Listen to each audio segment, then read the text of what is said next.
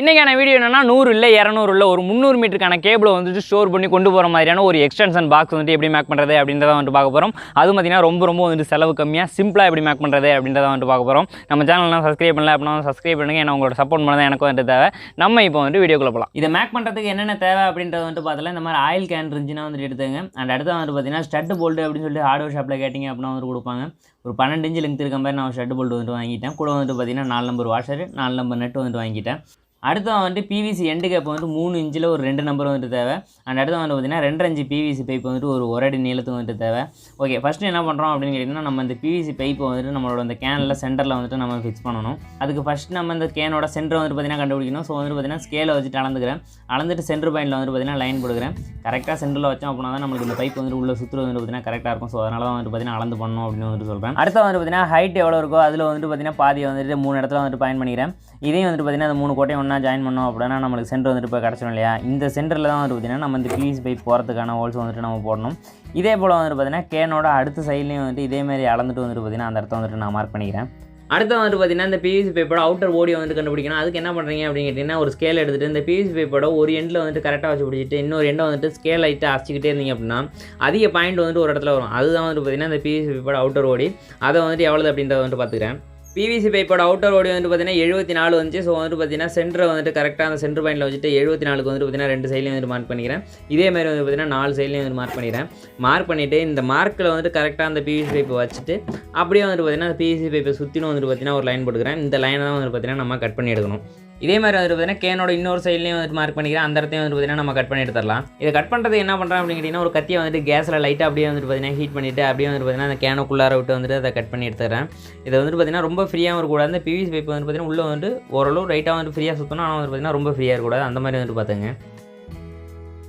இதே மாதிரி கேனோட இன்னொரு சைடில் மார்க் பண்ணோம் இல்லையா, அதையும் வந்துட்டு பார்த்தீங்கன்னா கட் பண்ணி எடுத்துக்கிட்டேன். இந்த பிவிசி பைப் வந்துட்டு பார்த்தீங்கன்னா இந்த ஹோல்ஸ்குள்ள வந்துட்டு நான் இப்போ விடுறேன். பாருங்கள் எந்தளவுக்கு ஃப்ரீயாக இருக்குது, எந்தளவு டைட்டாக இருக்குது அப்படின்றத. இந்த மாதிரி இருந்தாலே வந்துட்டு போதும். இன்னொரு விஷயம் இப்போ வந்து பார்த்தீங்கன்னா இந்த பிவிசி பைப் வந்து இது கேனை விட்டு ஒரு 10 mm வந்துட்டு எக்ஸ்ட்ராவாக வந்துட்டு வெளியில் இருக்குது. அதே போல் இந்த சைட்லேயும் வந்து பார்த்தீங்கன்னா 10 mm வந்துட்டு எக்ஸ்ட்ரா வெளியில் இருக்குது.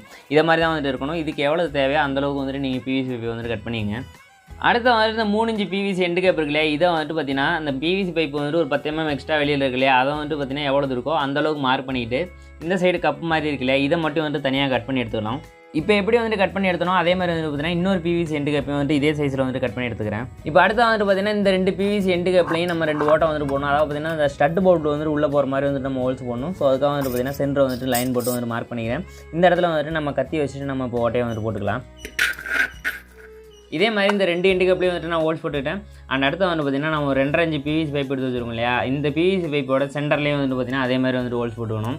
அதுக்கு வந்துட்டு பார்த்தீங்கன்னா கத்தி வச்சுட்டு அதே போல் வந்துட்டு பார்த்தீங்கன்னா ஓட்ட போட்டுக்கிறேன். இதுக்குள்ளே வந்து பார்த்தீங்கன்னா நம்மளுக்கு 2 கேபிள் உள்ளே போகிற அளவுக்கு இருந்தால் வந்துட்டு போதும். சின்னதாக வந்து பார்த்தீங்கன்னா ஓட்ட போட்டுக்கிறேன். அடுத்து வந்துட்டு பார்த்தீங்கன்னா இந்த கேனோட மூடி இருக்குது பார்த்தீங்களா, அந்த மூடியிலையும் வந்துட்டு சென்டரில் வந்துட்டு நான் ஒரு ஓட்டை ஒன்று போட்டுக்கிறேன். அண்ட் அடுத்து வந்துட்டு பார்த்தீங்கன்னா நம்மளோட எக்ஸ்டென்ஷன் பாக்ஸில் வந்துட்டு ஒரு சுவிட்சு கூட வந்துட்டு பார்த்தீங்கன்னா 3 சாக்கெட் வந்துட்டு நம்ம ஃபிக்ஸ் பண்ண போகிறோம். அதுக்கு ஏற்ற மாதிரி ரெடிமேடாக வந்துட்டு பார்த்தீங்கன்னா பாக்ஸ் வந்துட்டு ஷாப்பில் வந்துட்டு கிடச்சிச்சு. ஸோ அதை வந்துட்டு பார்த்தீங்கன்னா வாங்கிட்டேன். இப்போ நம்ம அந்த பாக்ஸில் வந்துட்டு இந்த சுவிட்சு சாக்கெட் எல்லாத்தையும் வந்துட்டு நம்ம ஃபஸ்ட்டு வந்துட்டு ஃபிக்ஸ் பண்ணிக்கலாம். இப்போ இந்த ஒரு சுவிட்சிலேருந்து 3 சாக்கெட் வந்துட்டு எப்படி கனெக்ஷன் கொடுக்குறது அப்படின்றத வந்துட்டு பார்க்கலாம். ஃபஸ்ட்டு என்ன பண்ணுறேன் அப்படின்னு கேட்டிங்கன்னா சுவிட்ச் இருக்கு இல்லையா, சுவிட்சோட மேலே இருக்குது பார்த்தீங்களா, மேலே இருக்கக்கூடிய ஸ்க்ரூ வந்துட்டு லூஸ் பண்ணிவிட்டு அதில் வந்துட்டு பார்த்தீங்கன்னா ஒரு ரெட் கலரில் வந்துட்டு ஒயர் எடுத்து வச்சுருக்கேன். அந்த ஒயர் வந்துட்டு பார்த்தீங்கன்னா 1 ஸ்கொயர் mm ஒயர். அந்த ஒயர் வந்துட்டு பார்த்தீங்கன்னா அது மேலே வச்சுட்டு ஃபஸ்ட்டு வந்துட்டு பார்த்தீங்கன்னா டைப் பண்ணிக்கிறேன்.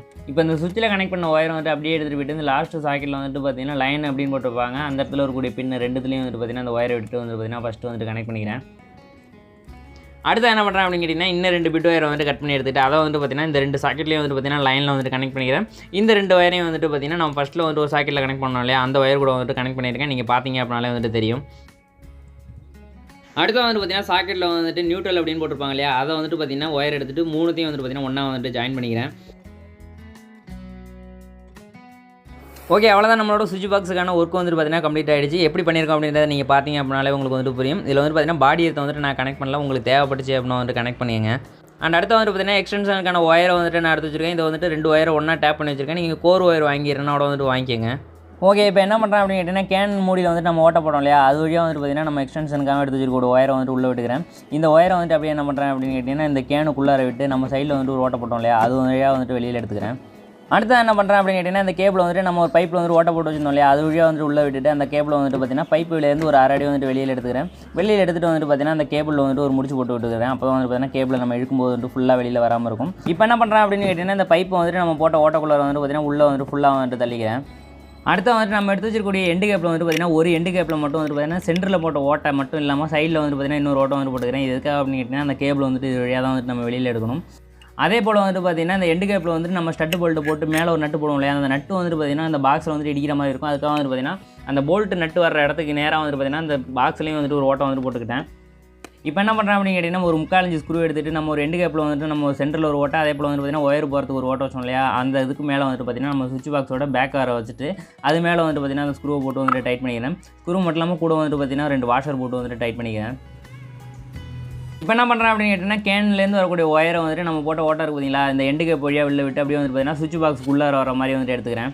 இப்போ வந்துட்டு பார்த்தீங்கன்னா அந்த ஸ்டட்டை வந்துட்டு நம்ம சென்டரில் போட்டிருக்க ஓட்ட வழியாக வந்துட்டு உள்ளே மாட்டிட்டு வெளியில் வந்துட்டு பார்த்தீங்கன்னா நெட்டை போட்டு வந்துட்டு டைட் பண்ணிக்கிறேன். இந்த போல்ட் வந்துட்டு பார்த்தீங்கன்னா எக்ஸ்ட்ரா வந்துட்டு வெளியில் தள்ளிட்டு இருக்காத மாதிரி வந்துட்டு பார்த்துங்க.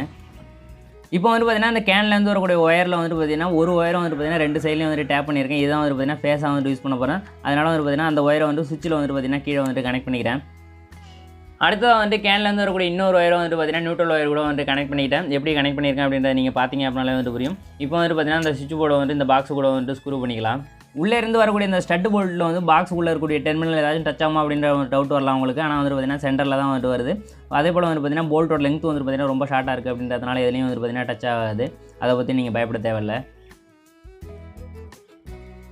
அடுத்து வந்துட்டு பார்த்தீங்கன்னா இந்த மாதிரி மெட்டல் பிளேட் வந்துட்டு எடுத்துங்க. இதில் வந்துட்டு பார்த்தீங்கன்னா 2 சைட்லேயும் வந்துட்டு ஹோல்ஸ் இருக்குது.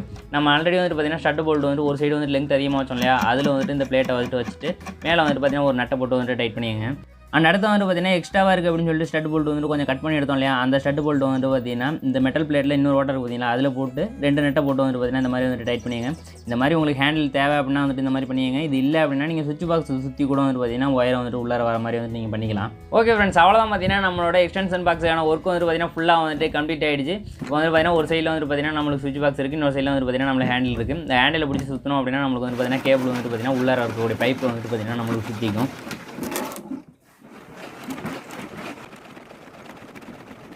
இப்போ வந்து பார்த்தீங்கன்னா இந்த ஒயரோட எண்டில் வந்து ஒரு 3 பின் சாக்கெட்டை வந்துட்டு கனெக்ட் பண்ணிக்கலாம். எப்போ வந்துட்டு நீங்கள் எக்ஸ்டென்ஷன் பாக்ஸ் பண்ணாலுமே சரி, அதில் வந்துட்டு பார்த்தீங்கன்னா 3 பின் சாக்கெட்டை மட்டுமே வந்துட்டு யூஸ் பண்ணுங்கள். 2 பின் வந்துட்டு யூஸ் பண்ணாதீங்க. ஏன் அப்படின்னு கேட்டிங்கன்னா நீங்கள் சுவிட்ச் போர்டில் கொண்டு போய் நீங்கள் 2 பின் வந்துட்டு சொருகும்போது நியூட்ரல் வந்துட்டு பார்த்தீங்கன்னா ஃபேஸில் வந்துட்டு மாற்றி சொருகுனீங்க அப்படின்னா நீங்கள் எக்ஸ்டென்ஷன்லேருந்து வெளியில் வரும்போது நீங்கள் பட்டன் போடாமலே வந்துட்டு பார்த்தீங்கன்னா ஃபேஸ் வந்துட்டு வெளியில் வரும். ஸோ அதனால் வந்துட்டு பார்த்தீங்கன்னா 2 பின் சாக்கெட் வந்துட்டு நீங்கள் யூஸ் பண்ணாதீங்க, 3 பின்னே வந்துட்டு யூஸ் பண்ணுங்கள். நம்ம சுவிட்ச் போர்டில் வந்துட்டு ஃபேஸில் வந்துட்டு ஒயர் கனெக்ட் பண்ணணும் இல்லையா, அதே ஒயர் தான் கொண்டாந்து வந்துட்டு பார்த்தீங்கன்னா சாக்கெட்டில் இருக்கக்கூடிய லைன் ஒயர்லேயும் வந்துட்டு கனெக்ட் பண்ணணும். அந்த மாதிரி வந்துட்டு நீங்களும் வந்துட்டு கனெக்ட் பண்ணிங்க. ஓகே, அவ்வளோதான் பார்த்தீங்கன்னா நம்மளோட எக்ஸ்டென்ஷன் பாக்ஸுக்கான ஒர்க் வந்து பார்த்தீங்கன்னா ஃபுல்லாக வந்துட்டு கம்ப்ளீட் ஆகிடுச்சு. இப்போ வந்து பார்த்தீங்கன்னா கேன்லேருந்து வரக்கூடிய பிளக் பாயிண்ட் இருக்கு இல்லையா, அந்த ஒயரை பிடிச்சி இழுத்தோம் அப்படின்னு நம்மளுக்கு வந்து பார்த்தீங்கன்னா உள்ள இருக்கக்கூடிய ஒயர் வந்து பார்த்தீங்கன்னா நம்மளுக்கு வெளியில் வந்துட்டே இருக்கும். இந்த கேன் வந்து பார்த்தீங்கன்னா பெரிய சைஸ் கேனாக வந்துட்டு நான் யூஸ் பண்ணியிருக்கேன். இதில் வந்து பார்த்தீங்கன்னா ஒரு 100 இல்லை 200 300 மீட்டருக்கான ஒயரை கூட வந்து பார்த்தீங்கன்னா நீங்கள் உள்ளே வந்து சுற்றி வைக்க முடியும். அந்தளவுக்கு வந்து பார்த்தீங்கன்னா பெரிய சைஸ் கேனு. நீங்கள் இவ்வளோ பெருசு தேவையில்லை அப்படின்னு நினச்சிங்க அப்படின்னா சின்ன சைஸ் கேனில் கூட வந்து பார்த்தீங்கன்னா இதை வந்துட்டு நீங்கள் செஞ்சுக்கலாம். முக்கியமான விஷயம் நான் உங்களுக்கு சொல்கிறது என்ன அப்படின்னு கேட்டிங்கன்னா கரண்ட் சம்மந்தமான வேலை அப்படின்றதுனால உங்களுக்கு ப்ராப்பராக தெரிஞ்சு அப்படின்னா வந்துட்டு பண்ணுங்கள். இல்லைனா யார்ட்டையும் சொல்லி கூட வந்துட்டு நீங்கள் பண்ணுங்கள். பண்ணும்போது வந்துட்டு பார்த்தீங்கன்னா ப்ராப்பராக வந்துட்டு சேஃபாக வந்துட்டு நீங்கள் பண்ணிங்க. இப்போ வந்துட்டு இந்த ஹேண்டில் பிடிச்சி வந்துட்டு நான் ரொட்டேட் பண்ணுறேன். அந்த கேபிள் வந்துட்டு எந்த அளவுக்கு ஃபாஸ்ட்டாக வந்துட்டு உங்களுக்கு கேனுக்குள்ளார வந்துட்டு போகுது அப்படின்றத வந்துட்டு பாருங்கள். நம்ம உள்ளே வந்து பெரிய சைஸில் பைப் வச்சுருக்கோம் இல்லையா, அதனால் வந்துட்டு பார்த்தீங்கன்னா ரொம்பவே வந்துட்டு ஃபாஸ்ட்டாக வந்துட்டு உள்ளார வந்துட்டு போய் ரோல் ஆகிக்கும்.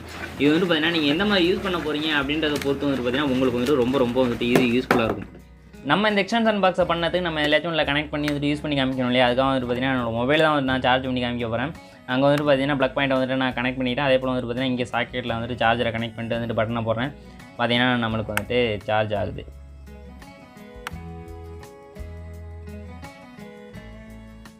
முக்கியமாக வந்துட்டு ஒரு இடத்துலேருந்து இன்னொரு இடத்துக்கு இந்த எக்ஸ்டென்ஷன் பாக்ஸ் எடுத்துகிட்டு போகிறீங்க அப்படின்னா சிம்பிளாக அப்படியே இந்த கேனை தூக்கிட்டு வந்துட்டு போகலாம். எனக்கு வந்துட்டு பார்த்தீங்கன்னா ரொம்பவே வந்துட்டு பிடிச்சிருக்கு. நீங்கள் இந்த வீடியோ பற்றி என்ன நினைக்கிறீங்க அப்படின்றத வந்துட்டு பார்த்தீங்கன்னா மறக்காமல் கமெண்ட் பாக்ஸில் சொல்லுங்கள். அது மட்டும் இல்லாமல் இதில் எதுவும் டவுட் இருந்துச்சு அப்படின்னா அதையும் வந்துட்டு பார்த்தீங்கன்னா கமெண்ட் பாக்ஸில் சொல்லுங்கள். எல்லாத்துக்கும் வந்துட்டு பார்த்தீங்கன்னா நான் வந்துட்டு ஆன்சர் பண்ணுறேன். வீடியோ பிடிச்சிருந்துச்சி அப்படின்னா வீடியோக்கு வந்துட்டு ஒரு லைக் கொடுத்துருங்க. நம்ம சேனலில் இதே போல் இன்னும் நிறைய வீடியோஸ் இருக்குது. எல்லா வீடியோஸையும் வந்துட்டு போயிட்டு பாருங்கள். பிடிச்சிருந்துச்சி அப்படின்னா சப்ஸ்கிரைப் பண்ணி வந்துட்டு சப்போர்ட் பண்ணுங்கள். ஏன்னா உங்களோட சப்போர்ட் பண்ண தான் எனக்கு வந்துட்டு தேவை. மீண்டும் மட்டும் ஒரு சூப்பரான வீடியோவில் நான் வந்து உங்களை பார்க்குறேன். அதுவரை உங்களிடம் இந்த வீடியோ வருவது உங்கள் கலை.